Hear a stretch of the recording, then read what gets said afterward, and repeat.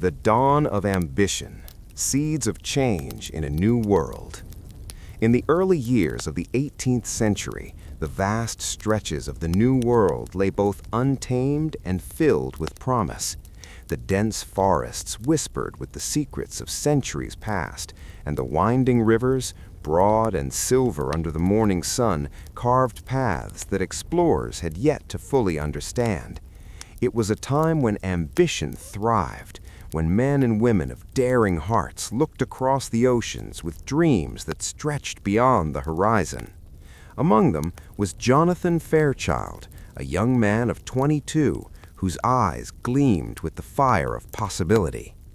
Born to a modest merchant family in Boston, Jonathan had grown accustomed to the rhythm of trade and negotiation, yet his heart yearned for something larger than the everyday confines of the harbor city. Jonathan's curiosity was insatiable. By the time he was a teenager, he had devoured every book he could find on geography, politics, and the accounts of explorers who braved the unknown lands beyond the Atlantic. Tales of distant settlements, of dense forests filled with resources, and of indigenous communities whose knowledge of the land was unmatched, fueled a relentless desire within him. He envisioned a life not just of commerce, but of discovery, influence, and the shaping of a world still very much in its infancy. Yet the new world was no gentle teacher. Its promise came entwined with danger, harsh winters that could strip even the sturdiest man of hope, political tensions that could ignite into violence, and an intricate tapestry of alliances that required both skill and cunning to navigate. Jonathan's opportunity arrived with a letter, crisp and heavy with the scent of the Atlantic. It bore the seal of Lord Henry Whitmore, a wealthy and influential figure who had made his fortune through trading ventures along the eastern seaboard. Whitmore's letter extended an invitation that was as enticing as it was daunting. He wished Jonathan to accompany an expedition to the Western Territories to explore and establish a new outpost that would expand the reach of British influence in the New World. The task promised wealth, reputation, and perhaps even historical immortality, but it demanded courage, resilience, and an unwavering commitment to the unknown. Preparation for the journey was rigorous. Jonathan spent weeks gathering supplies, studying maps that were often inaccurate or incomplete, and learning from seasoned explorers whose faces bore the marks of countless hardships. He learned to read the stars with precision, to understand the moods of rivers and forests, and to anticipate the reactions of both allies and potential adversaries. Each lesson reinforced the reality that ambition alone was insufficient. It had to be coupled with knowledge, strategy, and adaptability. As the day of departure neared, Jonathan felt a mixture of exhilaration and unease. The port was alive with activity, sailors shouting commands, merchants haggling over last-minute provisions, and families saying tearful goodbyes. Among the crowd was Eleanor Whitmore, the niece of Lord Henry, whose intelligence and boldness rivaled even Jonathan's own. Eleanor had insisted on joining the expedition, arguing that her knowledge of languages and diplomacy would prove invaluable. Though unconventional for a woman of her standing, her presence was accepted by Lord Henry, whose respect for her acumen outweighed the societal norms of the time. The two young explorers shared a mutual recognition of each other's ambitions, a spark of camaraderie, and perhaps something deeper that would endure the trials to come. Whispers of rebellion, the spark of resistance. The Western Territories, once a canvas of promise, had begun to hum with a different energy, a quiet but persistent unrest that neither Jonathan Fairchild nor Eleanor Whitmore could ignore. The settlements they had worked so tirelessly to establish thrived in small but meaningful ways. Homes were constructed, crops began to yield fruit, and trade with local tribes and neighboring outposts had been initiated. Yet beneath this veneer of order, tensions simmered. fueled by years of neglect from distant authorities and the growing ambitions of those who sought autonomy from the crown. It began in whispers.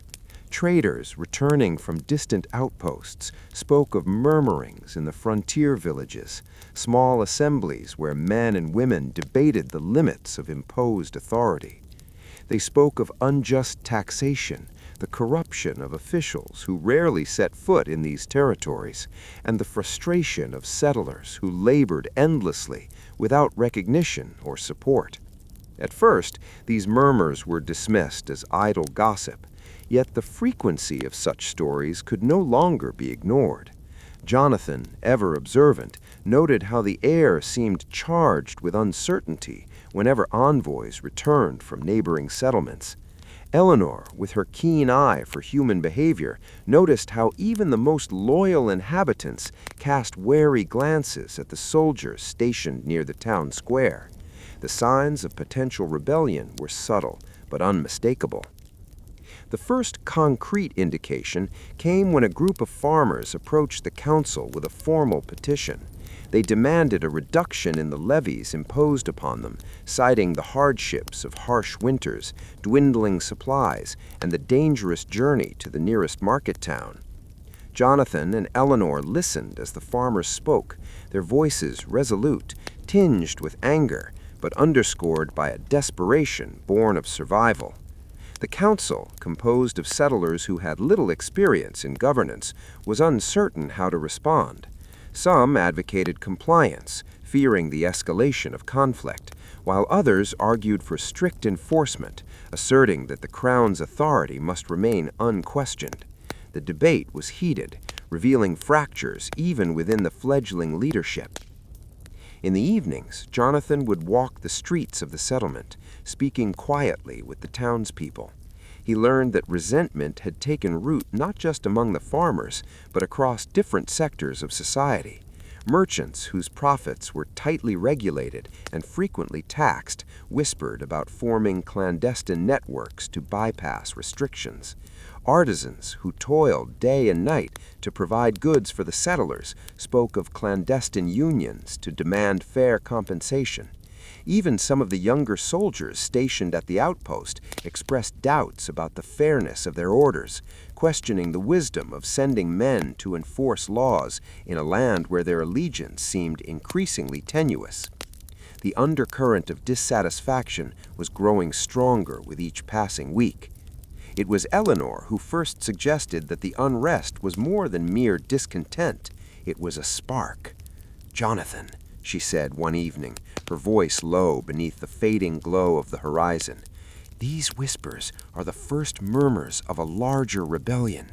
If we do not understand the grievances and address them wisely, they will grow into something far more dangerous than we can contain." Her insight was unerring. Jonathan understood that the stability of their settlement, and perhaps the success of the larger expedition, hinged on their ability to navigate this delicate moment. The two leaders decided to take action before unrest could escalate. They organized a series of town meetings where the grievances of the settlers could be aired openly and constructive solutions debated. These gatherings were tense. Some settlers spoke with anger, their words laced with cynicism about the intentions of those in power. Others, fearful of retaliation, hesitated to voice their opinions, casting nervous glances toward the soldiers and council members. Eleanor facilitated the discussions with measured calm, translating discontent into actionable concerns. Jonathan, leveraging his experience as a negotiator, promised to advocate for practical reforms and fair treatment, earning the cautious trust of the community. Despite these efforts, not all unrest could be tempered with diplomacy. A faction of young, ambitious settlers, inspired by tales of uprisings in distant lands, began organizing secret assemblies of their own. They met under the cover of night, discussing strategies to resist authority and asserting that self-governance was their natural right. These meetings were illegal under the Crown's law, but their secrecy allowed the rebels to operate without immediate consequence. Word of these assemblies inevitably reached Jonathan and Eleanor, and with it a new urgency. The pair realized that preventing rebellion was no longer solely a matter of governance. It required careful observation, insight into human ambition, and a delicate balance between deterrence and engagement. As weeks turned into months, skirmishes of ideology emerged alongside the practical grievances. A heated dispute over land allocation erupted in the northern sector of the settlement, where several families had claimed overlapping parcels. Words escalated into threats, and a brawl nearly broke out before Jonathan intervened. The incident was a stark reminder that unrest could manifest not only through organized rebellion, but through everyday conflicts fueled by uncertainty and fear. Eleanor emphasized the importance of cultivating trust and empathy, and the two devised a plan to mediate disputes, emphasizing fairness while reinforcing communal cohesion. Amid this growing tension, Jonathan's attention was drawn to the influence of outsiders. Traders from rival colonies arrived, subtly stirring discontent by questioning the legitimacy of local authority and offering incentives to dissenters. Letters intercepted from distant merchants hinted at coordinated efforts to weaken the settlement's governance, using economic leverage as a tool to foment rebellion. The settlers, already anxious about survival and justice, found themselves vulnerable to these manipulations. Jonathan and Eleanor realized that their challenge extended beyond internal unrest. It was entwined with the machinations of external forces, eager to exploit divisions for personal or political gain. The first act of defiance came in the form of a coordinated protest. On a gray morning, a crowd of settlers gathered at the central square, holding banners and chanting demands for relief from taxes and stricter accountability from the council. Jonathan and Eleanor approached cautiously, aware that any misstep could ignite violence. Speaking from the steps of the council hall, Jonathan addressed the crowd, acknowledging their grievances while urging calm and cooperation.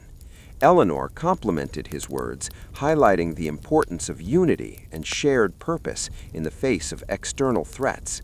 The protest, while tense, remained peaceful, a tentative victory in a growing storm. Yet even as they sought to mediate, Jonathan and Eleanor recognized the spark had already caught fire. Secret networks continued to grow. Smuggling and covert communication among rebellious factions became more sophisticated, and whispers of uprisings in distant lands emboldened local dissenters. The settlement was entering a precarious phase where ambition, idealism, and survival intersected with defiance. The leaders understood that the new world was no longer a blank canvas of opportunity alone. It was a landscape of complex human desires, where power, justice, and ambition collided in unpredictable ways. In private, Jonathan and Eleanor devised a long-term strategy. They would introduce incremental reforms, reward cooperation, and strengthen alliances both within the settlement and with neighboring tribes. They would also establish a network of informed observers to track potential rebellions and intercept disruptive influence before it could gain momentum.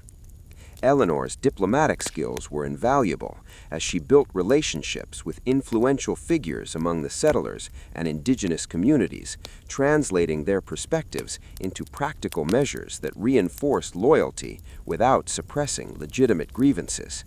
Still, despite their best efforts, the shadows of rebellion lingered.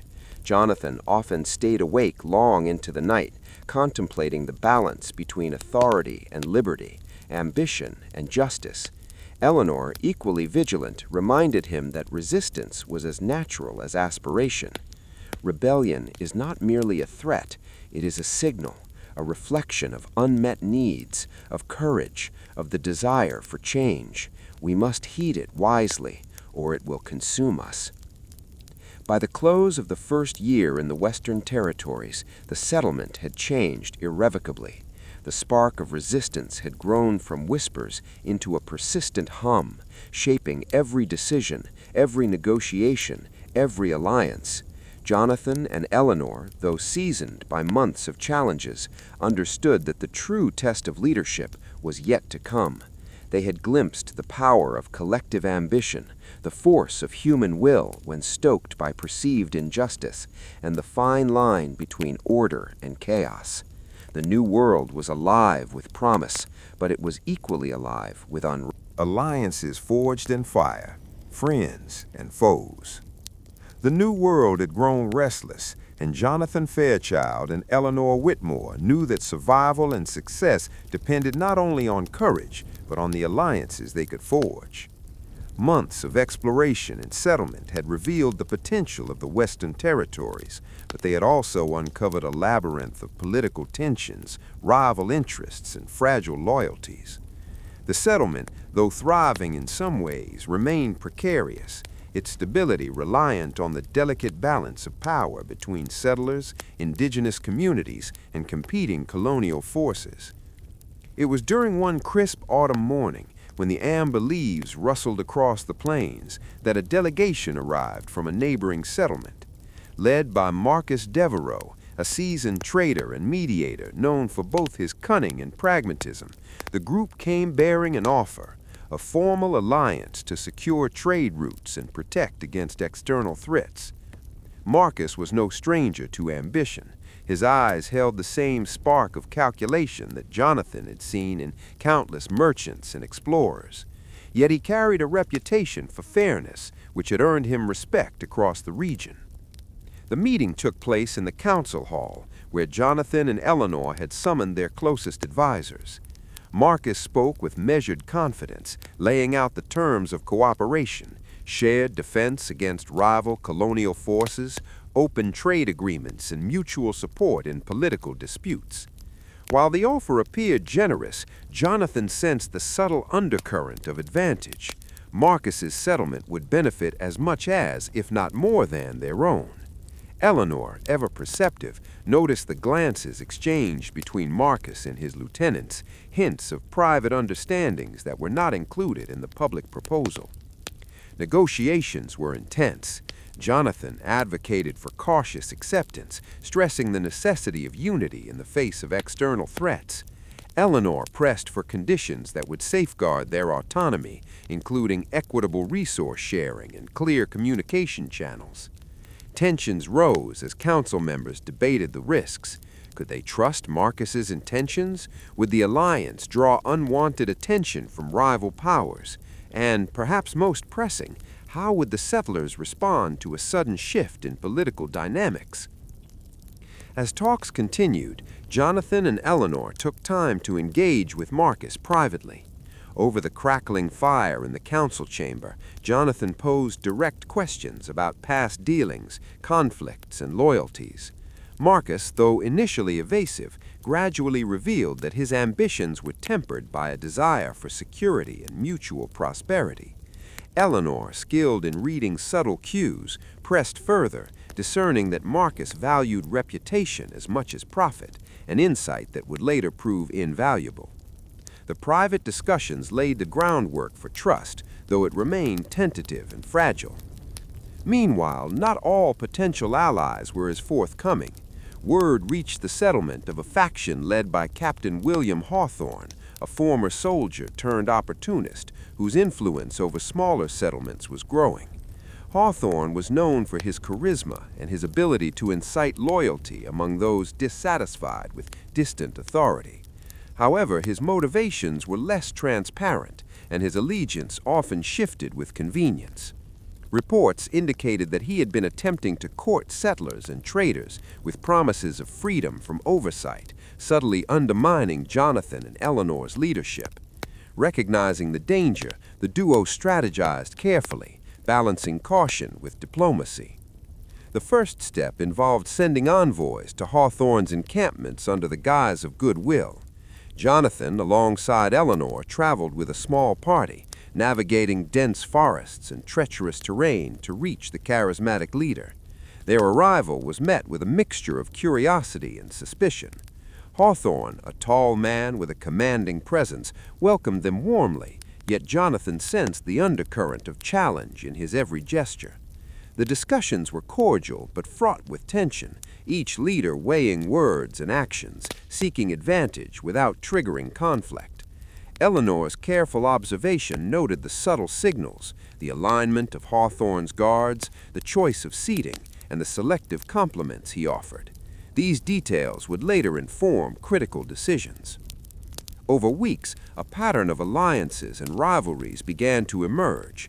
Some neighboring settlements pledged conditional support, swayed by Marcus's influence, while others gravitated towards Hawthorne, drawn by promises of greater freedom and self-rule. Jonathan and Eleanor realized that they were navigating a political chessboard where every move could determine the fate of the New World territories. Loyalty was a commodity, and betrayal a constant threat. Every handshake, every treaty, every shared meal carried weight far beyond its immediate appearance. Trust was further complicated by the indigenous communities, whose knowledge of the land and regional dynamics was indispensable. Several tribes, each with their own customs and allegiances, held the keys to survival in the wilderness. Jonathan and Eleanor recognized that alliances were not merely strategic, they were essential. They approached tribal leaders with respect, offering trade, shared knowledge, and mutual protection. Eleanor's diplomacy shone in these moments. Her ability to listen and adapt to cultural norms allowed the settlers to establish a foundation of trust. Yet, even as they secured these relationships, Jonathan was aware that rival factions could exploit miscommunication or misunderstanding to destabilize agreements. Betrayal soon became apparent in subtle ways. A shipment of supplies meant for the settlement never arrived. Investigations revealed that some settlers, motivated by promises from Hawthorne's faction, had intercepted and redirected the goods. The discovery sent ripples of distrust through the community, forcing Jonathan to confront the reality that loyalty was fragile and easily manipulated. Eleanor advocated for measured responses, punitive action against those complicit, but also measures to rebuild trust among settlers who remained undecided. Their approach highlighted the delicate balance required in leadership: assert authority without breeding resentment. The tension reached a critical point during a council meeting convened to discuss the formation of a regional defense pact. Delegates from multiple settlements were present, including Marcus and a representative of Hawthorne. Jonathan addressed the assembly, emphasizing the necessity of cooperation in the face of external threats, while Eleanor outlined mechanisms to ensure fairness, transparency, and mutual accountability. The discussions were heated. Voices rose, accusations were exchanged, and for a moment the assembly seemed on the brink of collapse. Yet through careful mediation and appeals to shared interests, Jonathan and Eleanor steered the dialogue towards compromise. The resulting agreement was neither perfect nor complete, but it was a testament to their leadership. Settlements pledged conditional support to a collective defense system, with protocols to address disputes and ensure equitable resource allocation. Marcus's settlement committed to shared trade networks, while Hawthorne's faction, wary but intrigued, agreed to observe the framework and participate in joint drills. Indigenous allies were formally recognized in the pact, with terms that respected their sovereignty while ensuring mutual protection. Though tension lingered under the surface, the alliance represented the first real attempt to unite disparate groups under a common purpose. In private, Jonathan reflected on the challenges of leadership in such a volatile environment. Alliances were not built solely on shared interests. They required perception, patience, and an understanding of human ambition. Eleanor reminded him that betrayal was inevitable in a world where resources, power, and influence were limited. "We cannot control every ambition, Jonathan," she said one evening as they pored over maps and reports. "But we can guide them, align them, and sometimes transform potential foes into allies. That is the art of survival in this new world." Despite the progress, Jonathan and Eleanor were acutely aware that their work was far from over. Hawthorne's ambitions remained unpredictable. Rival colonial powers continued to assert influence in distant regions, and the settlers themselves were not immune to discontent. Each day required vigilance, communication, and the subtle negotiation of loyalty and trust. The New World was proving to be a place where alliances could be forged in moments of crisis, tested by betrayal, and strengthened through shared hardship. The season shifted into winter, and with the coming of frost, the alliances were put to their first true test. Reports arrived of a rival colonial group planning to seize control of a critical river route, a move that would disrupt trade, weaken settlements, and potentially spark widespread conflict. Jonathan, Eleanor, and their allies convened to respond. Strategies were debated late into the night, with each leader weighing risk against reward. Marcus's forces offered reinforcements from his settlement, while indigenous allies provided guidance on terrain and potential ambushes. Hawthorne's faction remained silent for much of the deliberation, testing the commitment of the agreement. When the confrontation came, it was both a trial of arms and a trial of diplomacy. The rival group attempted a swift seizure, expecting to exploit divisions among the Allied settlements. Yet the coalition, though unevenly aligned, responded with coordination and foresight. Marcus's forces secured key positions in March of the Brave, battles on the horizon. The Western territories, though slowly finding equilibrium through diplomacy and fragile alliances, could not escape the inevitability of conflict. Jonathan Fairchild and Eleanor Whitmore had spent months securing trade routes, negotiating alliances, and quelling unrest within their settlements, yet the distant shadow of war now loomed large. Rumors had reached them of a rival colonial faction advancing into the region, seeking to seize resources, intimidate settlers, and assert dominance over territories that had only recently begun to thrive under Jonathan and Eleanor's careful stewardship. The first warning came in the form of scouts, men and women familiar with the land who could move silently through forests and across rivers. They returned one evening, their faces grim, bringing news that enemy forces, numbering several hundred, were approaching from the east. Their tactics were not yet clear, but their intent was unmistakable: to disrupt, conquer, and claim. Jonathan convened the council immediately, calling together leaders from allied settlements, tribal representatives, and trusted captains. The room was heavy with tension, whispers of fear and determination intermingled as plans were debated under the dim candlelight. Eleanor opened the meeting, her voice steady and precise. "We have little time," she said. "Our priority is to protect our people and our allies. Every settlement, every outpost, every alliance we have forged will be tested. But we have an advantage. The terrain is ours, the land knows us, and our people are resilient." Her words, calm yet commanding, inspired a sense of purpose. Jonathan added his own counsel, outlining strategies to defend key positions while preparing contingencies for retreat and regrouping if necessary. He emphasized coordination, the importance of maintaining morale, and the critical need to anticipate the enemy's maneuvers. The first confrontation occurred at the northern river crossing, a strategic point controlling access to several settlements. Jonathan, Eleanor, and a contingent of 50 settlers, supported by a coalition of allied tribes, positioned themselves along the ridges and dense woodlands overlooking the river.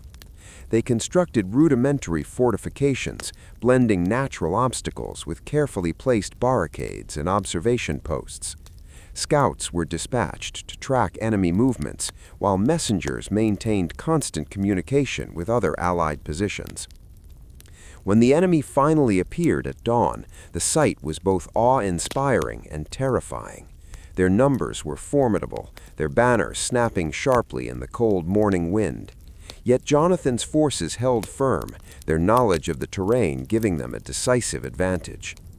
Using the cover of forest and ridge, they launched a series of calculated ambushes. Arrows rained from concealed positions, while small groups struck swiftly and retreated before the larger force could respond. The battle was not one of brute force alone. It was a test of strategy, timing, and courage. Eleanor, positioned near the center of the defensive line, coordinated movements and relayed instructions with remarkable efficiency. Her understanding of human behavior proved crucial, predicting when fear might falter among their ranks and ensuring that every soldier and settler remained resolute. Jonathan, meanwhile, led a small flanking party, navigating narrow ravines to strike the enemy from behind. The combination of guerrilla tactics, knowledge of the land, and unyielding determination inflicted significant disruption on the advancing forces. Despite the advantages, the confrontation was costly. Several settlers were wounded, and the psychological toll was palpable. Yet the bravery displayed in those first engagements set a precedent. Men and women who had previously doubted their ability to resist a superior force now found courage within themselves, inspired by the leadership and unwavering commitment of Jonathan and Eleanor. Even the indigenous allies, whose experience in warfare was profound, expressed admiration for the settlers' resolve. Bonds of trust and respect strengthened amidst the chaos of battle, laying the foundation for enduring cooperation. The next challenge emerged when enemy forces attempted to bypass the river crossing and attack a vulnerable settlement to the south. Jonathan, anticipating such a move, had dispatched a mobile response unit equipped for rapid deployment. Utilizing the rivers, forests, and hidden paths, this unit struck swiftly, disrupting enemy supply lines and creating confusion within their ranks. The enemy, expecting a straightforward advance, found themselves beset by coordinated strikes from multiple directions, their confidence shaken. These engagements highlighted a critical lesson. In the New World, superior numbers alone were insufficient against knowledge, strategy, and unwavering resolve. As battles continued, the importance of morale became increasingly evident. Jonathan and Eleanor instituted systems to tend to the wounded, provide encouragement, and recognize acts of extraordinary bravery.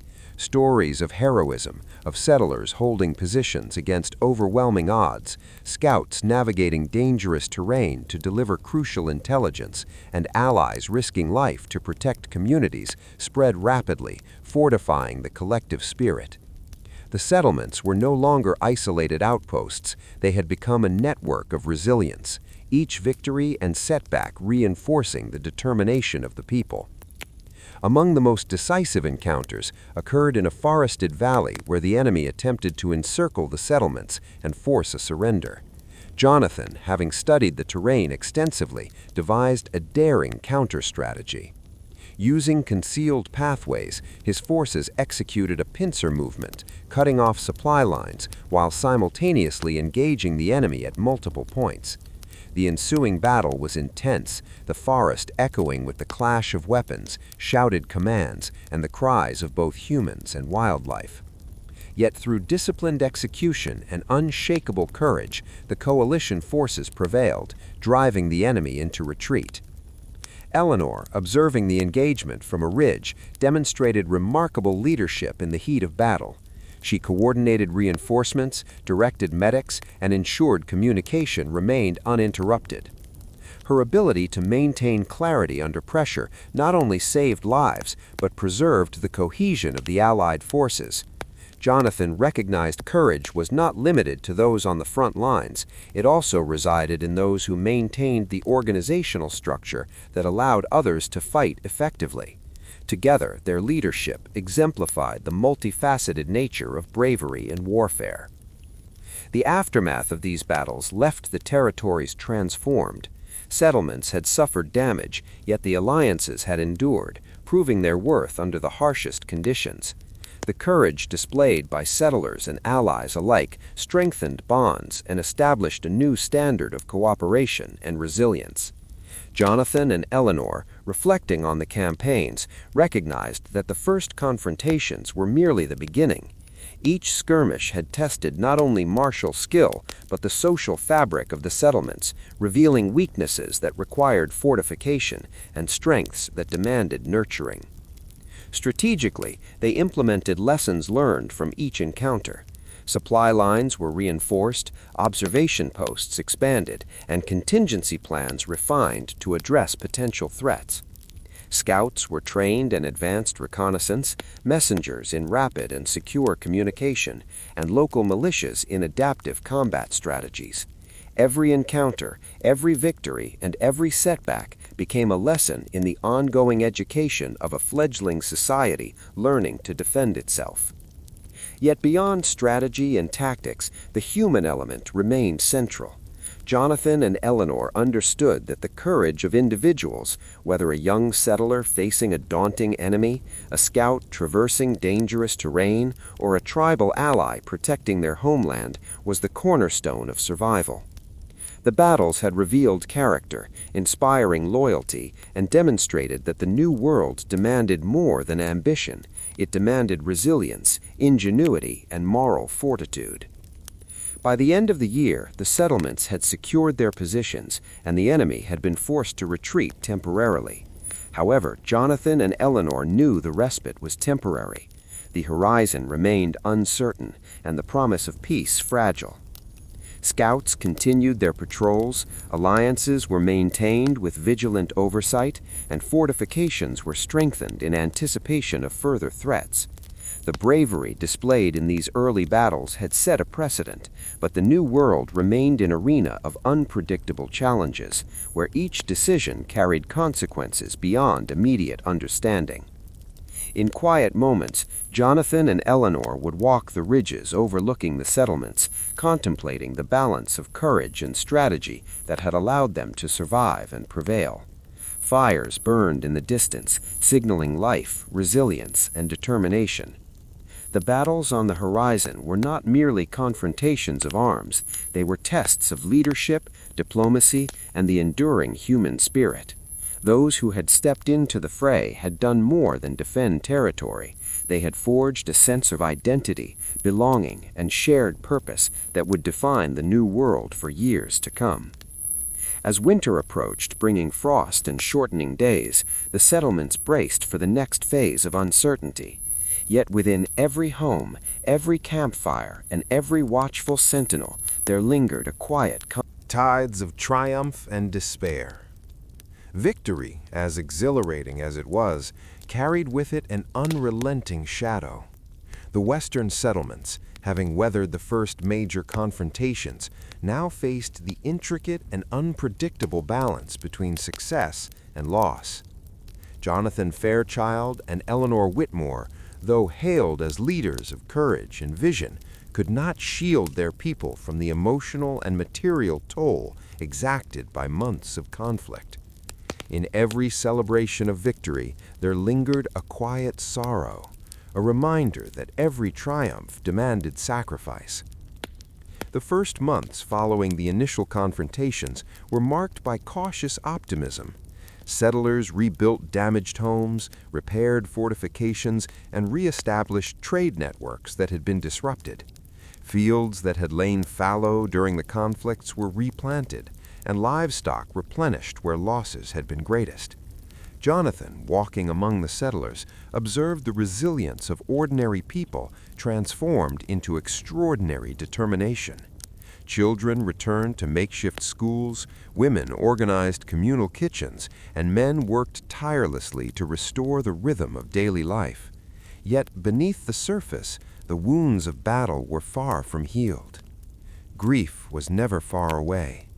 Families mourned the loss of those who had fallen defending the settlements.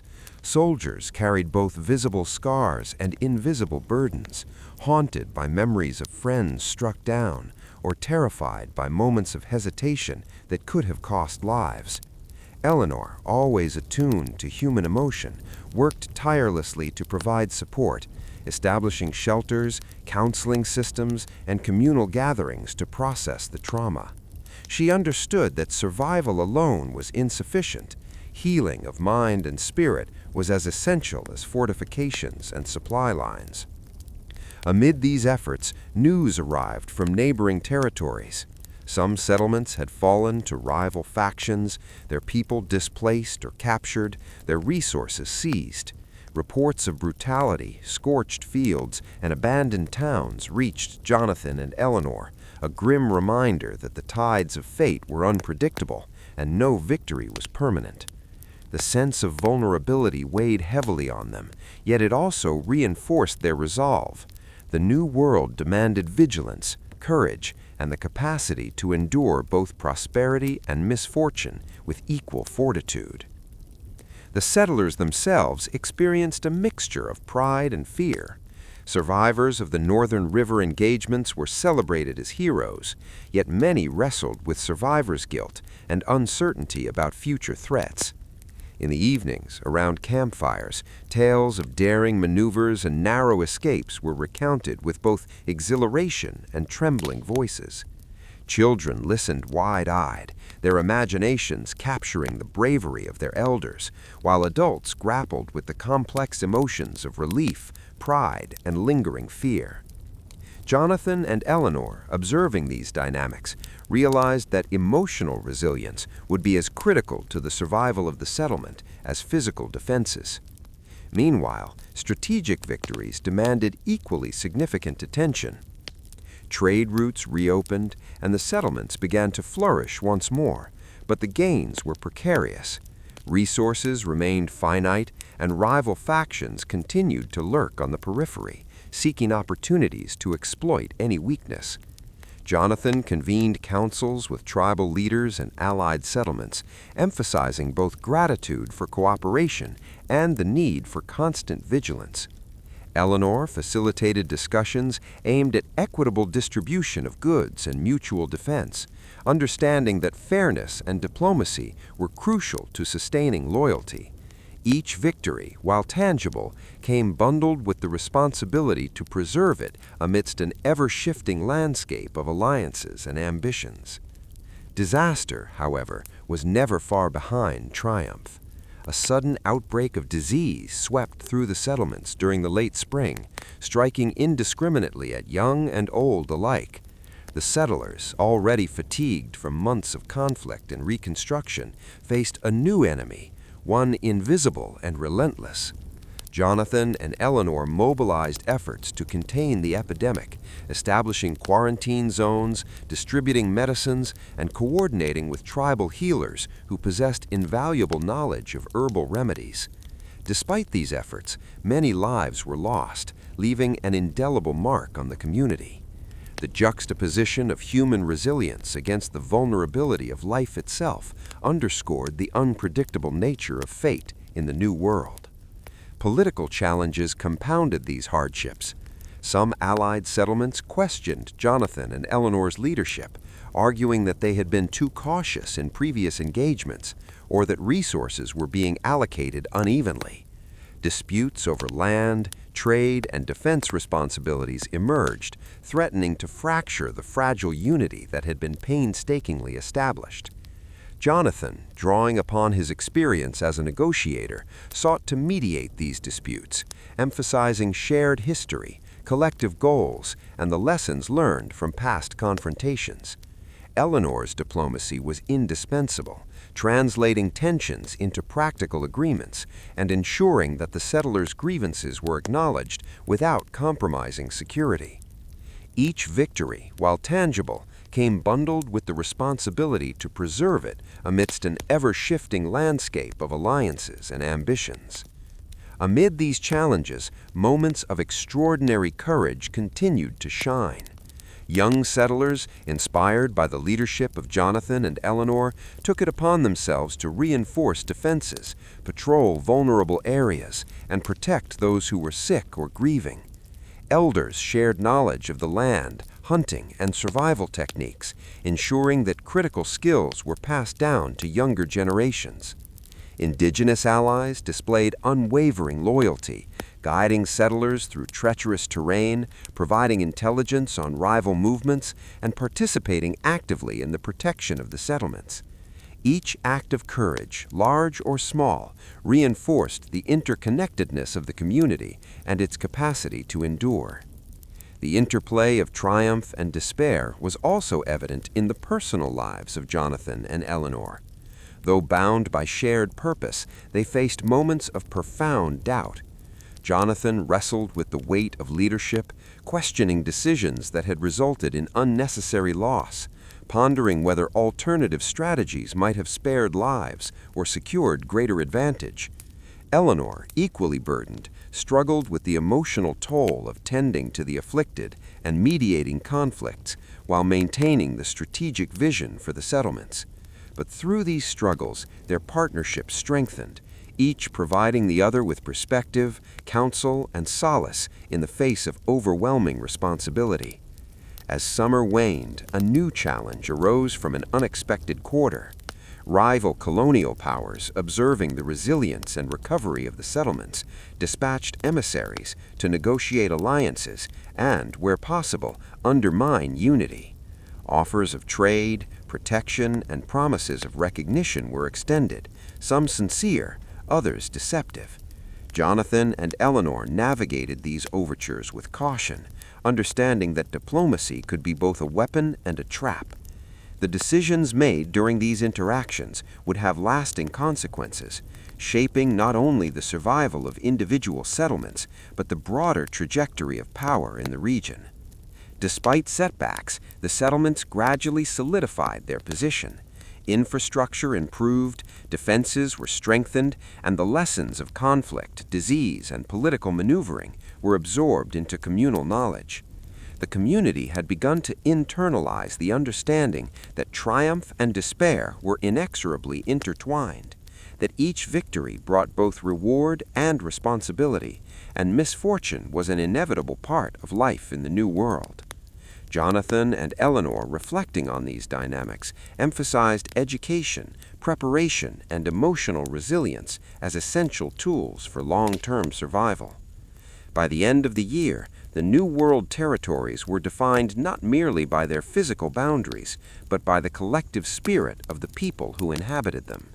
Triumphs had been celebrated, losses mourned, and the unpredictable currents of fate acknowledged with humility and determination. The settlements were stronger for having endured adversity, yet the leaders knew that challenges were far from over. Rival factions remained active, resources were finite, and the land itself posed continuous threats in the form of harsh weather, unfamiliar terrain, and the inherent unpredictability of frontier life.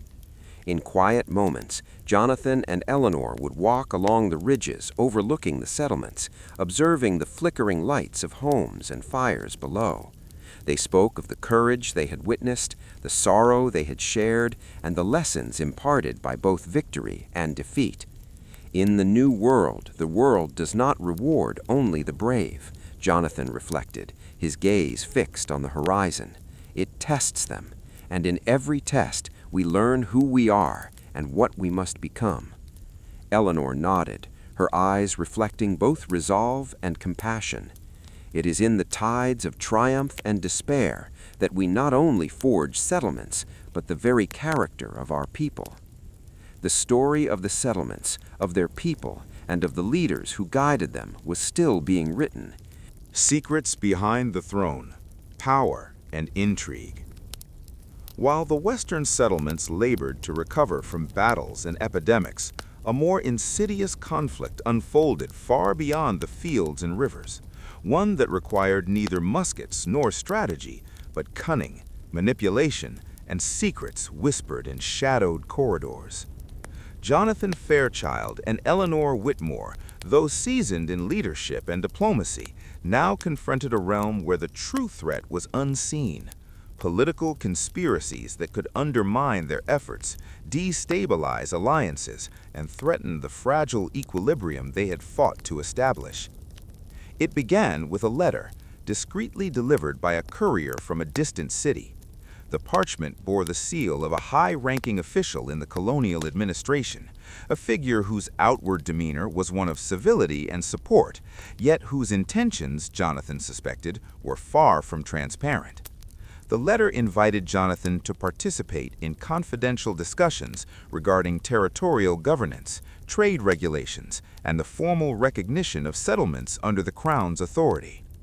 At first, the invitation appeared an honor, an opportunity to secure legitimacy and support for the fledgling settlements. Yet Eleanor, ever cautious, immediately noted the subtleties in the phrasing, the careful avoidance of direct promises, the emphasis on loyalty, and the repeated reminders that compliance would be expected in return for assistance. Jonathan and Eleanor understood that politics in a distant seats of power were as treacherous as the wilderness they had traversed. Every word, every gesture could conceal multiple layers of intent. Before responding to the invitation, Jonathan and Eleanor convened their closest advisors, reviewing intelligence from neighboring territories, intercepted communications, and observations from settlers who had traveled to the east. Patterns emerged, subtle yet unmistakable. Rival factions within the administration sought to extend control over the Western territories, exploiting divisions among settlers and allies to consolidate influence. Some factions promised aid and protection, others hinted at punishment for perceived disloyalty. To navigate these dangerous waters, Jonathan and Eleanor adopted a strategy of cautious engagement. They traveled under the guise of compliance, attending meetings in distant halls filled with chandeliers, polished floors, and portraits of governors long deceased. They listened carefully, asking questions, gauging reactions, and observing the interplay of ambition among officials. Eleanor's sharp intellect proved invaluable, detecting micro-expressions, inflections in tone, and subtle contradictions that revealed more than the words themselves. Jonathan, experienced in negotiation, positioned himself as a cooperative yet discerning participant, carefully balancing deference with firmness. The first revelation came during a private meeting with the Secretary of Trade, a man of polished manners but questionable integrity. He subtly suggested that Jonathan and Eleanor's influence could be leveraged to redirect resources and enforce policies favorable to certain factions, implying that non-compliance might result in punitive measures, including the withdrawal of recognition for the settlements. Eleanor, reading between the lines, realized that this was an attempt to coerce loyalty under the guise of collaboration. Jonathan, without revealing suspicion, asked detailed questions about precedent, oversight, and consequences, buying time while gathering intelligence for future strategy. Meanwhile, rumors swirled in the eastern corridors of power about Jonathan and Eleanor themselves. Some officials viewed the settlers' growing autonomy as a threat, fearing that too much independence could inspire similar movements elsewhere. Others, driven by greed and ambition, sought to use the settlements as pawns in larger political games, leveraging trade, resources, and military support to gain favor or personal advantage. The landscape of intrigue was dense and treacherous, with every conversation potentially harboring hidden agendas and every ally potentially concealing motives. Back in the Western territories, subtle disruptions began to occur. Trade shipments were delayed, messengers intercepted, and misinformation circulated among settlements. Rival colonial factions subtly manipulated perceptions, sowing mistrust among settlers and threatening the cohesion that Jonathan and Eleanor had painstakingly nurtured. Even some indigenous allies received conflicting overtures, testing loyalty and alliance. Jonathan recognized the stakes. Failure to navigate these intrigues could undo months of effort, destabilize alliances, and leave the settlements vulnerable to both internal dissent and external attack. To counter these maneuvers, Eleanor proposed the creation of a clandestine intelligence network. Trusted scouts, traders, and envoys were instructed to report irregularities, track suspicious movements, and relay information about rival factions' intentions. Messages were coded, observations meticulously documented, and connections mapped across settlements and allied territories. Jonathan supervised the integration of this intelligence into strategy, ensuring that every decision, whether regarding resource allocation, defense, or diplomacy, was informed by a clear understanding of hidden agendas. The first test of their intelligence network arrived in the form of intercepted correspondence between two high-ranking officials. The letters revealed plans to exploit divisions among settlements, promising recognition and aid to those who demonstrated compliance, while threatening punitive measures against those who resisted. Jonathan and Eleanor recognized the dangerous opportunity embedded within these communications. By understanding the intentions of their adversaries, they could preemptively fortify alliances, counter misinformation, and strategically maneuver to safeguard the settlement's interests. Eleanor, however, cautioned against overconfidence. She must remember, she said, examining the letters late into the night, that power behind the throne is rarely monolithic. Even those who appear aligned may have competing motives. We must anticipate betrayal, act with foresight, and ensure that every ally, settler, trader, or indigenous leader remains informed, engaged, and committed. Jonathan agreed, emphasizing that political vigilance required patience, discretion, and the capacity to act decisively when necessary. Tensions escalated when a trusted envoy, dispatched to negotiate trade agreements in a neighboring settlement, returned with disturbing news. Rival factions had offered bribes, promises, and threats, attempting to sway allegiance and undermine Jonathan and Eleanor's authority.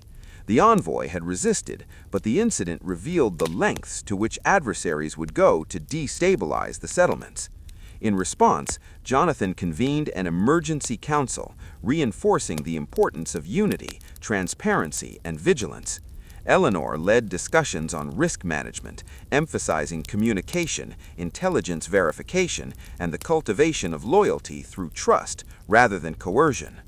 The intricacies of political intrigue became further apparent when an unexpected ally arrived from the Eastern Territories, Lady Catherine Morland, a noblewoman known for her influence and discretion. Catherine offered counsel, warning Jonathan and Eleanor of factions seeking to use them as leverage in disputes over colonial governance. Her insights were precise, revealing layers of rivalry and ambition that even Jonathan had not fully anticipated. Eleanor, analyzing Catherine's motives, revealed both opportunity and risk. An alliance with a powerful figure could fortify their position, but any misstep could expose vulnerabilities. Through months of careful negotiation, clandestine intelligence gathering, and strategic engagement, Jonathan and Eleanor began to neutralize threats from behind the throne. They identified factions whose interests aligned with the settlements, subtly undermined those seeking manipulation, and strengthened bonds with allies whose loyalty was proven. They learned that power was a fluid concept, often dependent more on perception and influence than on military might. Each decision carried weight beyond the immediate, and every misjudgment could ripple through both settlements and distant corridors of authority. Yet even as they maneuvered through political labyrinths, the human cost remained evident. Settlers grew weary of uncertainty, questioning distant authorities, and occasionally clashing over interpretations of allegiance and loyalty. Eleanor devoted herself to maintaining morale, organizing forums for dialogue, and ensuring that settlers understood the rationale behind strategic choices.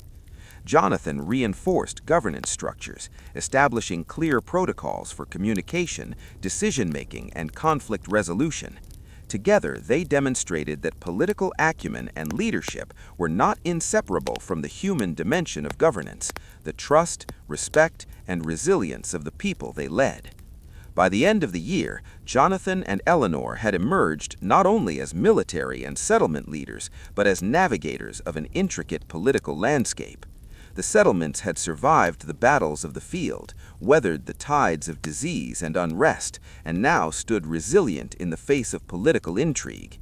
The careful orchestration of alliances, intelligence, and strategic engagement had preserved autonomy while safeguarding relationships with the Crown and allied settlements. Still, the stakes remained high. Jonathan and Eleanor understood that power, whether exercised through armies or whispers in corridors, was unpredictable. Hidden agendas persisted, rival ambitions endured, and The turning point. Courage against the odds. The New World had endured storms of every kind, battles, disease, intrigue, and betrayal. But as the season shifted, a moment of reckoning arrived, one that would define not only the settlements, but the people who called them home. Jonathan Fairchild and Eleanor Whitmore had guided their community through trials of survival, diplomacy, and strategy. Yet the challenges that approached now demanded a courage unlike any they had previously faced. The balance of power in the Western territories hung precariously, and the decisions they made in the coming weeks would determine whether their efforts would endure or collapse entirely. The warning came unexpectedly.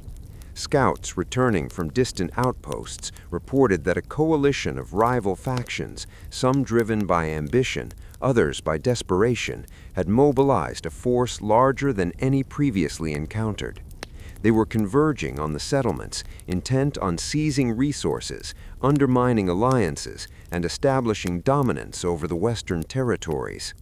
Unlike previous threats, this adversary combined military might with strategic cunning, exploiting intelligence gleaned from years of observation and subtle manipulation.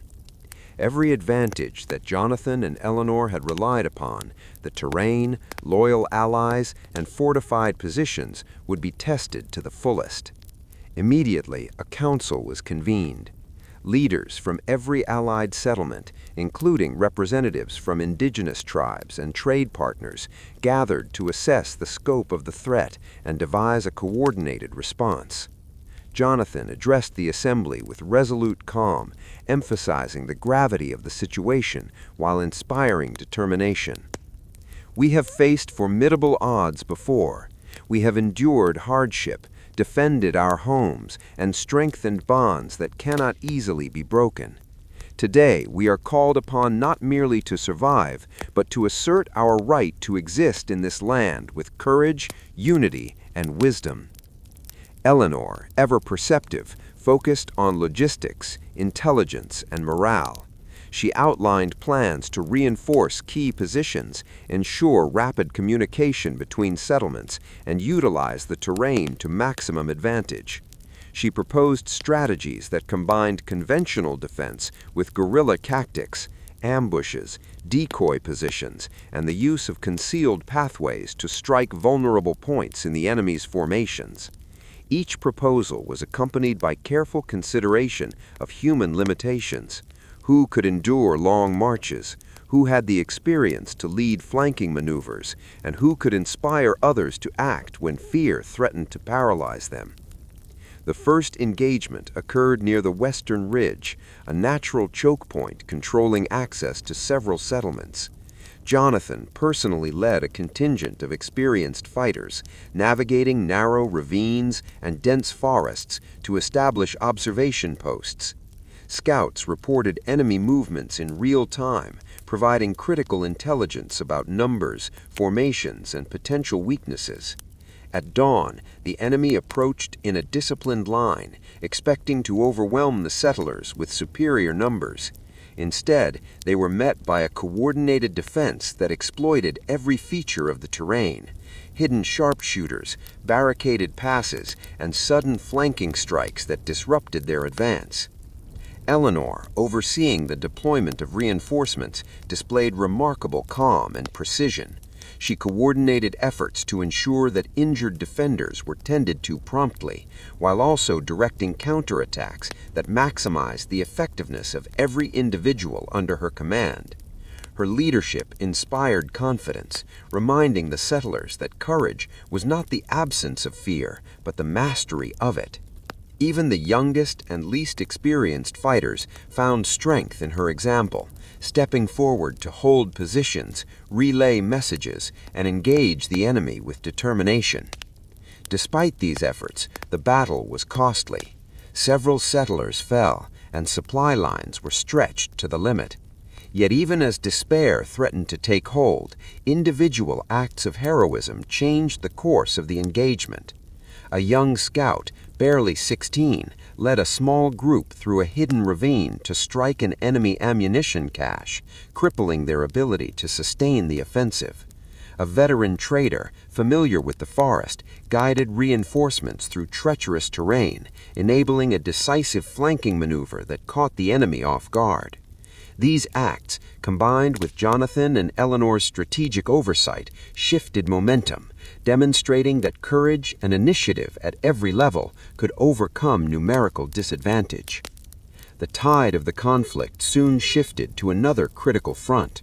Rival factions attempted to infiltrate the southern settlements, aiming to incite rebellion and weaken cohesion from within. Jonathan and Eleanor anticipated this move, having relied on intelligence networks established over months of careful observation.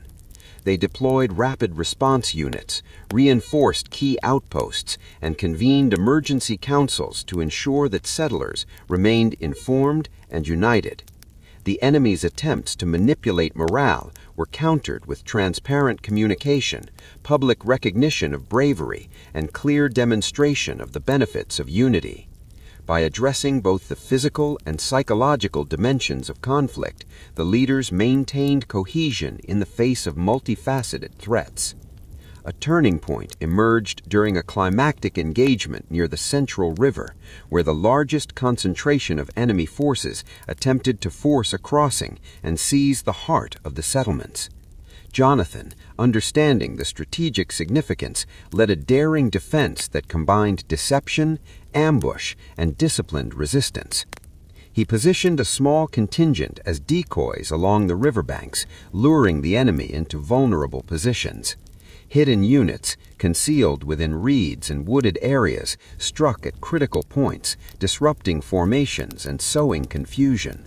Simultaneously, Eleanor coordinated reinforcements from neighboring settlements, ensuring that flanking attacks were executed with precision. The confrontation was intense and prolonged. Arrows rained from concealed positions, cavalry maneuvers disrupted enemy ranks, and small groups engaged in hand-to-hand combat to hold key positions. Every individual, from seasoned warriors to young settlers, contributed to a collective effort that combined strategy, skill, and sheer determination. By nightfall, the enemy's advance had been halted, their forces fractured and demoralized. Victory, however, was tempered by loss. Dozens of settlers had fallen, and the physical and emotional toll on the survivors was immense. Fires burned through damaged structures, wounded soldiers received urgent care, and councils convened to assess the aftermath and plan for recovery. Even in triumph, the leaders recognized that leadership required more than celebration. It demanded reflection, care for the afflicted, and preparation for future challenges. Amidst the aftermath, acts of personal heroism continued to resonate. One elder, despite illness, rallied civilians to reinforce barricades and distribute supplies. A young woman, previously inexperienced in combat, led a group to rescue trapped settlers, navigating under fire and ensuring their safe retreat. Indigenous allies displayed extraordinary courage, holding positions that would have been indefensible without their skill and knowledge of the terrain. Each act contributed to a collective sense of purpose, reminding everyone that courage against the odds was not the domain of a few, but a shared responsibility. The strategic significance of the battles extended beyond immediate survival.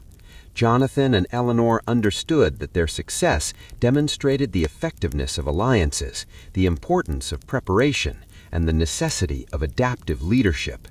Settlers, allies, and even observers from rival territories began to recognize that the New World was a domain where courage, unity, and intelligence could outweigh mere numbers or brute force.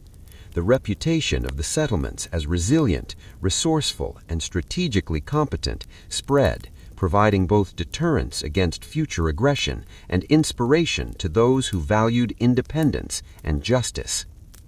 Despite these victories, the leaders remained acutely aware of the fragility of their position.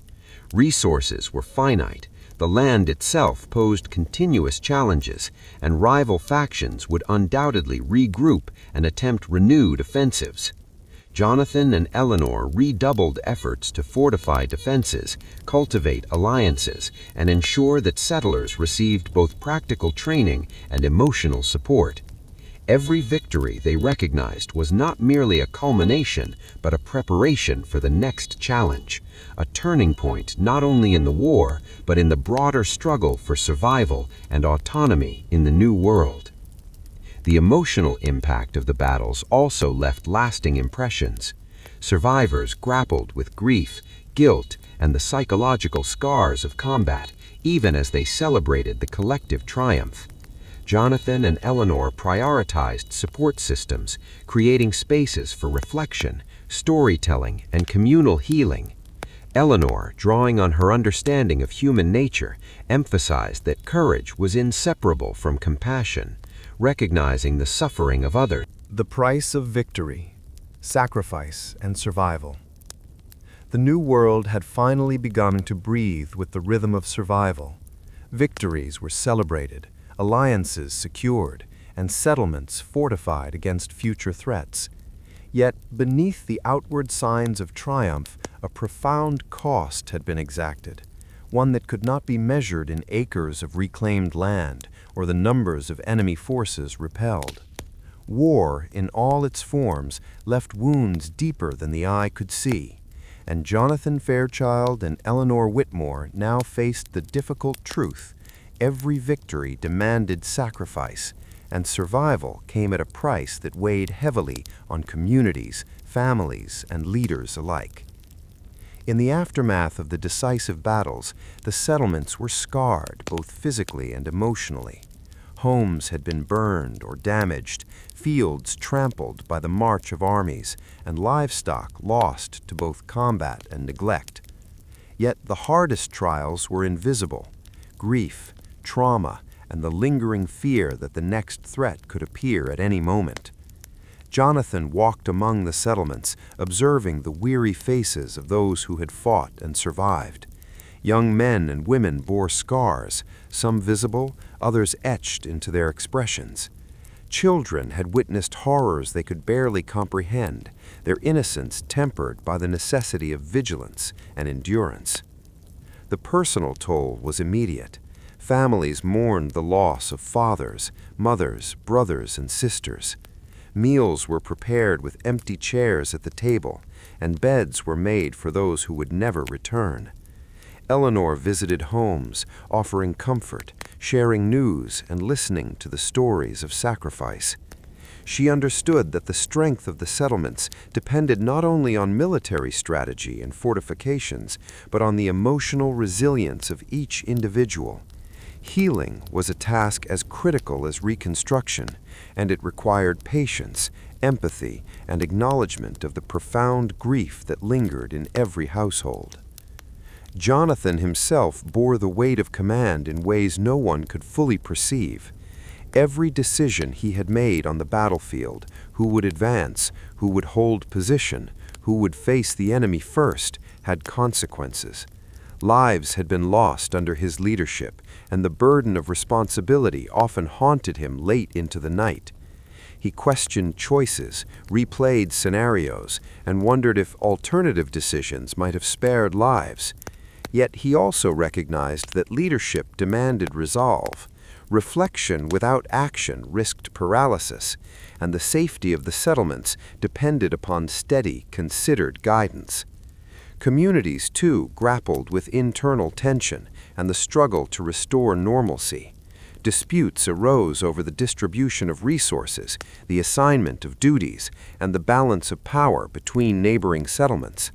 Some settlers, having witnessed friends fall or homes destroyed, were embittered, demanding retribution or questioning leadership. Eleanor convened forums for discussion, fostering dialogue and reconciliation.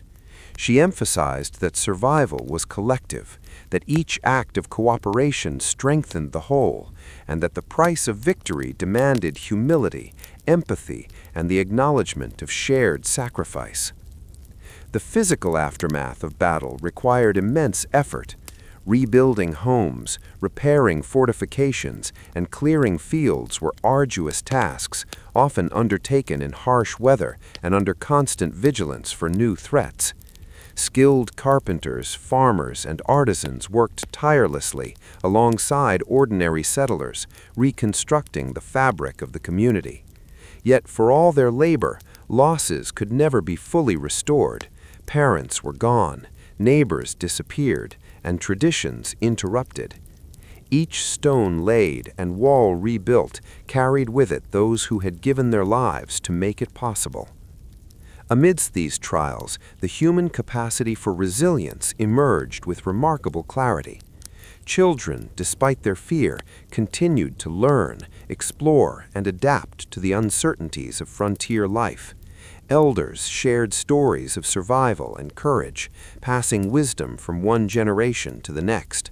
Indigenous allies remained steadfast, offering guidance, protection, and emotional support. Every individual, regardless of age or role, contributed to the rebuilding and healing of the settlements, demonstrating that survival demanded both strength and community. Yet even as the settlements recovered, the psychological scars endured.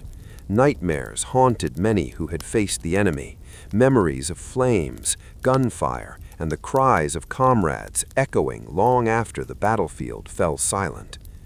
Jonathan and Eleanor recognized the importance of acknowledging these invisible wounds. They organized gatherings where survivors could share experiences, rituals to honor the fallen, and spaces for reflection and mourning. These efforts were not only acts of compassion, they were essential to the long-term cohesion and morale of the settlements, ensuring that trauma did not fracture the fragile unity painstakingly maintained. The leaders themselves were not immune to loss. Jonathan mourned comrades and friends who had fallen in the line of duty, reflecting on both their courage and the price paid for it. Eleanor faced the emotional strain of tending to the afflicted, mediating disputes, and navigating the political and logistical challenges of post-war recovery. Yet in their grief they found purpose. The sacrifices of others demanded that they continue, that the settlements endure, and that every life lost contributed to a legacy of resilience and perseverance. Sacrifice extended beyond the battlefield. Trade agreements, alliances, and negotiations often required concessions that tested both ethics and patience. Promises had to be kept, even when resources were scarce. Obligations fulfilled, even when the cost was high. The New World was a place where survival necessitated compromise, and leaders had to balance moral responsibility with practical necessity. Jonathan and Eleanor navigated these complexities with care, ensuring that the settlements maintained integrity even in the face of scarcity and external pressures.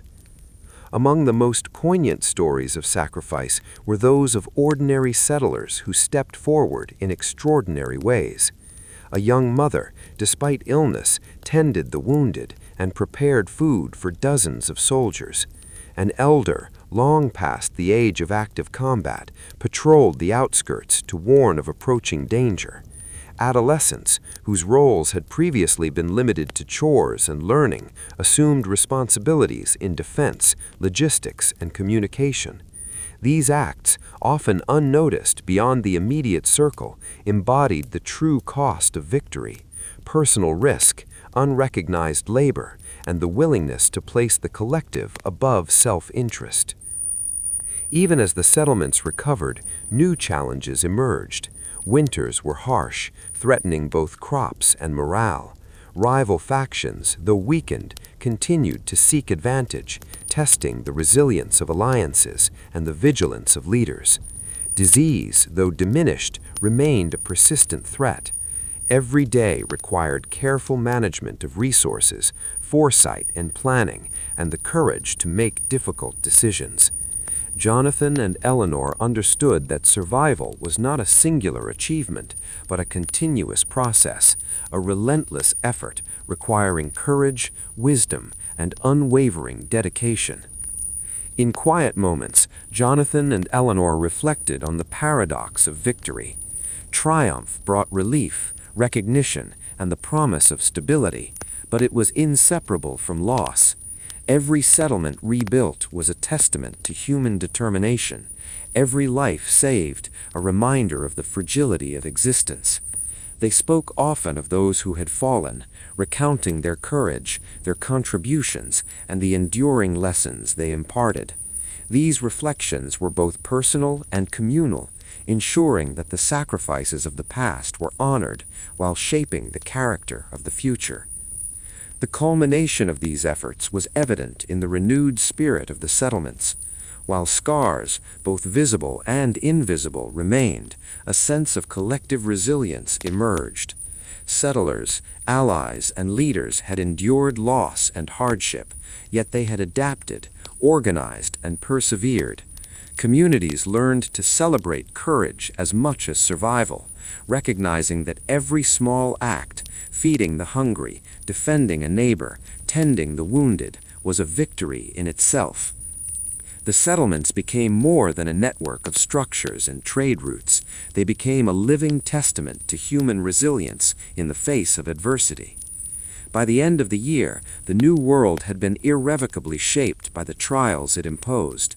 Jonathan and Eleanor stood atop the ridge overlooking the settlements, reflecting on the long journey. Fires glimmered in the twilight, marking life, endurance, and hope. They spoke of the cost of victory, of the lives lost, and of the strength required to endure. "Victory is never free," Jonathan said, his gaze sweeping the settlements below. "It demands courage, sacrifice, and unyielding resolve. But in that cost, we find the measure of our people and the legacy." Echoes across generations, legacy and memory. The New World, once a wild and untamed frontier, had transformed under the sweat, courage, and determination of its settlers. Battles had been fought, alliances forged, sacrifices endured, and communities rebuilt. Yet the true test of their endurance extended beyond survival. It was now the shaping of memory, tradition, and the cultural legacy that would ripple across generations. Jonathan Fairchild and Eleanor Whitmore, whose leadership had guided the settlements through fire and strife, began to witness the deeper, lasting impact of their efforts, how the outcomes of conflict could define not only a nation, but the identities of those who lived within it. It began with the simplest of acts, storytelling. Around campfires, in town halls, and beside hearths in rebuilt homes, settlers recounted tales of battles, narrow escapes, and acts of heroism. Children listened with wide-eyed awe, absorbing the bravery of forebears as lessons in courage, ethics, and resilience. Elders shared stories that blended fact and memory, emphasizing the importance of community, cooperation, and moral resolve. These narratives became more than entertainment. They became the first threads of a collective memory, binding individuals across settlements and imbuing them with a shared sense of identity. Monuments and markers soon emerged, honoring both the fallen and the triumphs achieved. Wooden crosses, stone memorials, and carved plaques marked sites of significance. The ridge where Jonathan had led his forces against overwhelming odds, the river crossing where settlers had held the line, the homesteads rebuilt through collective effort. These physical reminders of sacrifice and resilience served multiple purposes. They honored the past, educated the present, and inspired the future.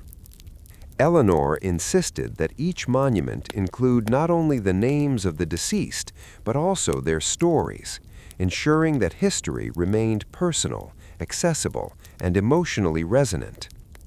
Education evolved to reflect the experiences of the settlements. Schools incorporated lessons of survival, diplomacy, and strategy alongside reading, writing, and mathematics.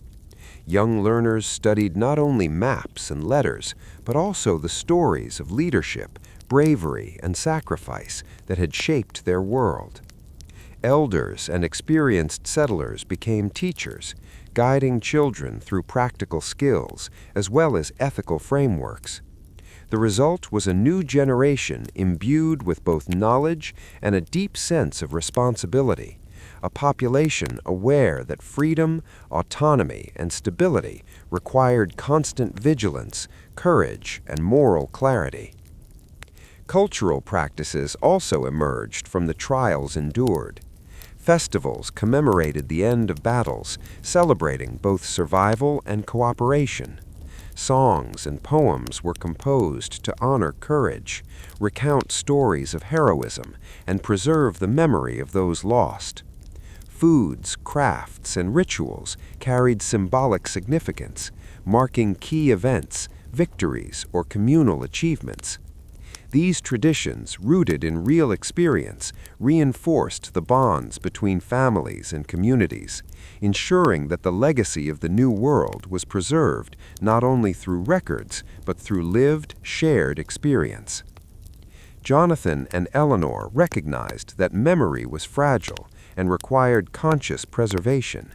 They organized archives to record letters, diaries, and documents from the time of conflict, ensuring that future generations could study, learn, and reflect upon the struggles that had defined their communities.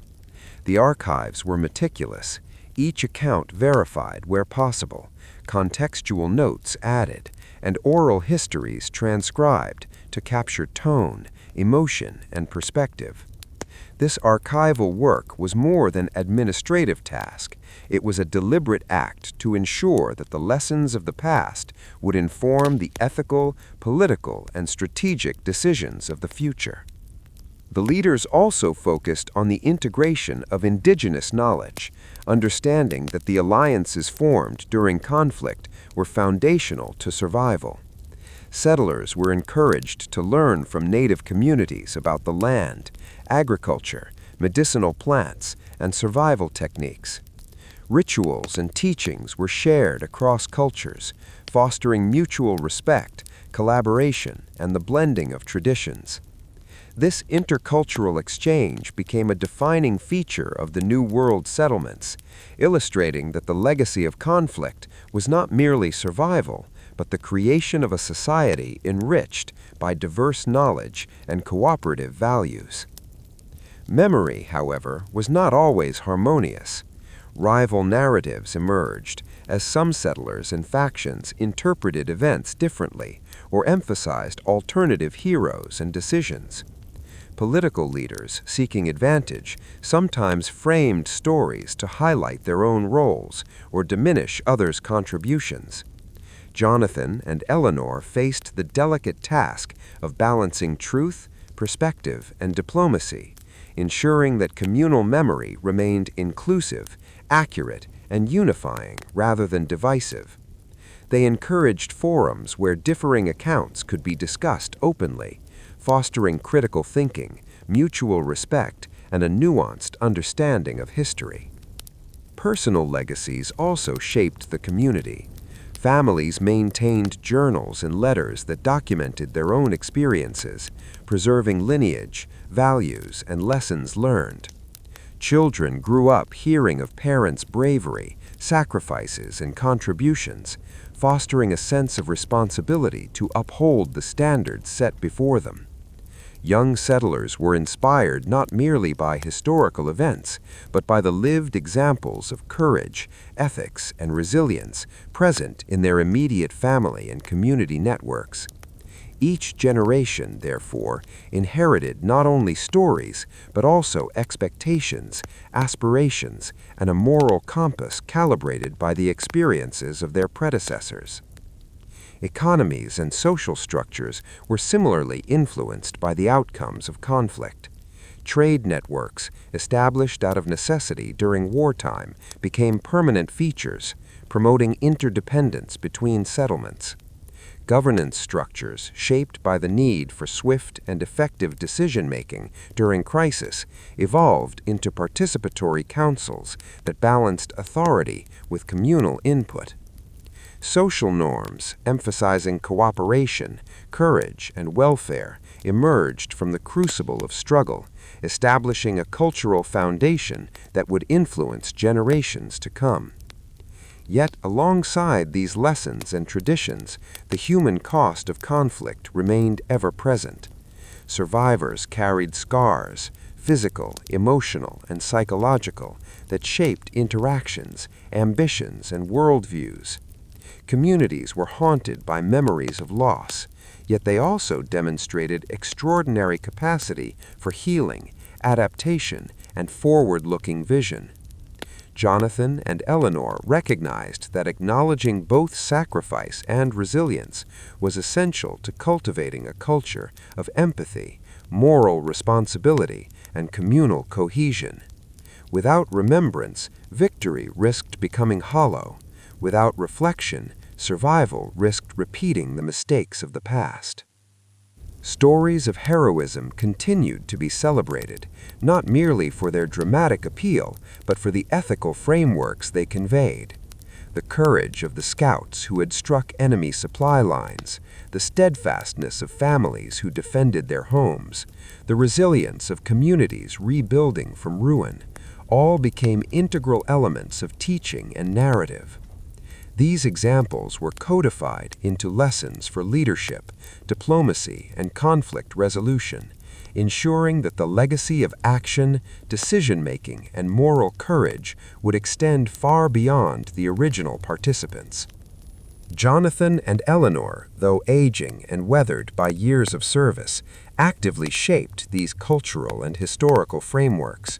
They participated in commemorations, taught in schools, consulted on governance, and guided communities in maintaining cohesion.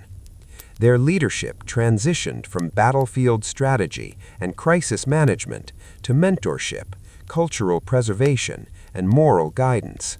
In doing so, they ensured that the knowledge, experience, and values cultivated during times of conflict were transmitted with clarity, purpose, and ethical integrity. The long-term effects of these efforts became apparent as a new generation matured. Young adults educated in both practical skills and ethical reasoning assumed leadership roles with confidence and wisdom.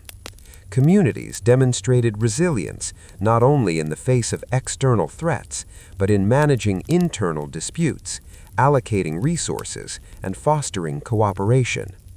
Cultural traditions, festivals, and commemorations reinforced bonds, while education and storytelling instilled A new horizon. Lessons from the past. The battles had ended, the smoke had cleared, and the settlements of the New World stood resilient, scarred yet unbroken. Jonathan Fairchild and Eleanor Whitmore, their hair streaked with silver and their eyes seasoned with the weight of experience, surveyed the land that had been both their crucible and their canvas. The New World had tested every fiber of their being, courage, strategy, empathy, and endurance. But in the aftermath, a new horizon emerged, one shaped not merely by survival, but by reflection, growth, and the enduring lessons of history. From the earliest skirmishes to the climactic confrontations that had defined the settlement's fate, Jonathan and Eleanor had learned that every action carried consequences far beyond the immediate moment. Victory on the battlefield was only one dimension of leadership. The unseen arenas of politics, diplomacy, and community cohesion were equally vital. Every choice, whether to negotiate with a rival faction, to fortify a settlement, or to risk a scout in a dangerous reconnaissance, reflected a delicate balance between courage, foresight, and moral responsibility. The lessons of the past were written not only in maps and journals, but in the lives and memories of the people who had endured. In the quiet hours of dawn, Eleanor walked among the fields, noting the careful patterns of cultivation, the rebuilt homesteads, and the laughter of children at play. The land itself had become a testament to resilience, furrows tilled with purpose, houses reconstructed with care, and community spaces that encouraged dialogue, learning, and shared celebration.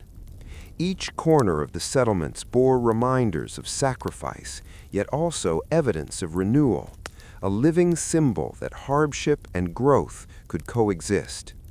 Eleanor reflected on the profound truth that the New World was not simply a place of struggle, but also a place of opportunity, where lessons learned through adversity could shape the character of generations to come.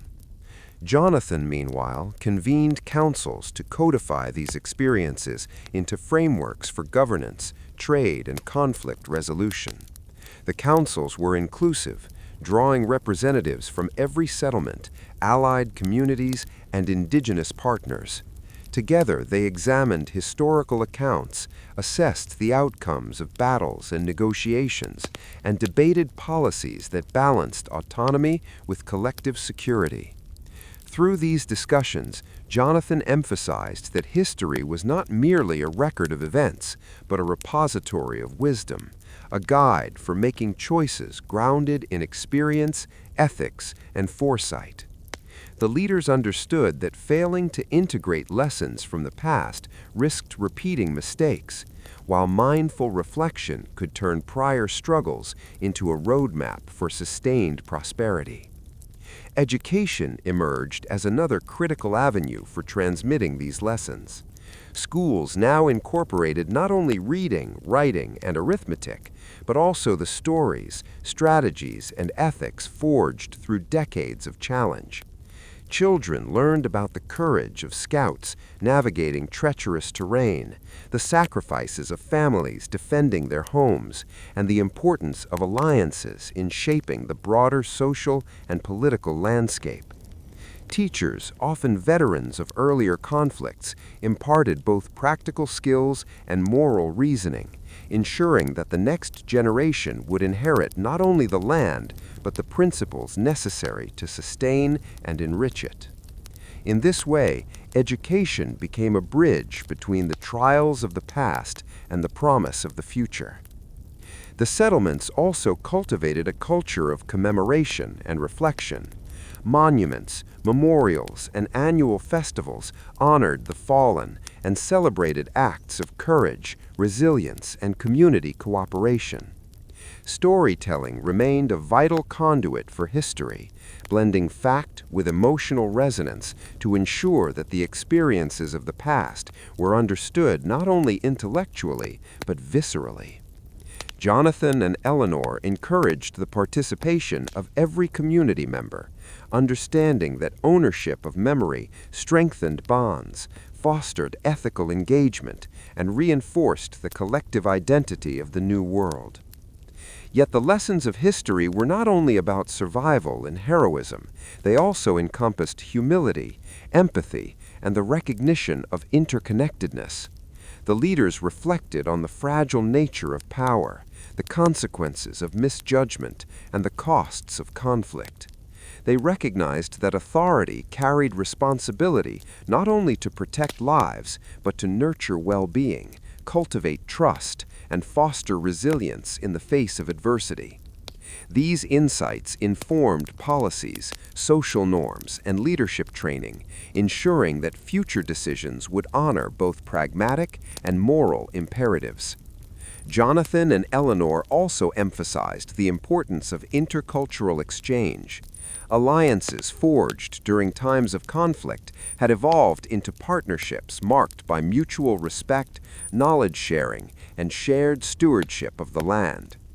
Agriculture, medicine, navigation, and governance all benefited from this collaborative approach, creating a synthesis of cultures that enriched the New World. The leaders understood that survival had depended on cooperation across difference, and the legacy of that cooperation would endure, shaping the ethical and cultural foundations of the settlements for generations. The human dimension of legacy remained central to their reflections. Families continued to recount stories of bravery, sacrifice, and resilience, ensuring that memory remained vibrant and personal. Adolescents, inspired by the deeds of parents, mentors, and community members, began assuming responsibilities that reflected both competence and ethical awareness.